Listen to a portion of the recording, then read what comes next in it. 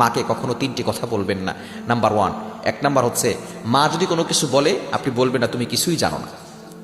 যেই মা আপনাকে শিক্ষা দিয়েছে, পৃথিবীর সর্বপ্রথম বিদ্যালয় হচ্ছে আপনার মা, যে আপনাকে কথা বলার যেই মায়ের উসিলা আল্লাহ তাআলা শিখিয়েছেন, ওই মাকে কখনো এই কথা বলবেন না যে তুমি কিছুই জানো না। যেই মা সব কিছু জেনে, সব কিছু যদি সে নাও জানে, আপনাকে এত বড় তার উসিলা আপনি হয়েছেন, আল্লাহ তাআলা তার উসিলা আপনাকে এত বড় করেছেন, ওই মাকে কখনো বলবেন না যে তুমি কিছুই জানো না। দ্বিতীয় নাম্বার হচ্ছে মাকে রাগের মাথায় কখনো তুই বলে সম্বোধন করবেন না। অনেক ছেলে আছে মায়ের উপর আঘাত করে, এরা কখনো আদর্শ সন্তান হতে পারে না, এটা হলো কুলাঙ্গার সন্তান।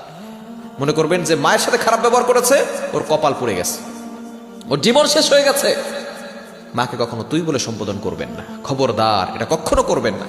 এবং 3 নাম্বার হচ্ছে মাকে কখনো বলবেন না যে তুমি আমাকে একা ছেড়ে দাও, তুমি আমাকে একা ছেড়ে দাও, তুমি চলে যাও, এই ধরনের কথা কখনো বলবেন না।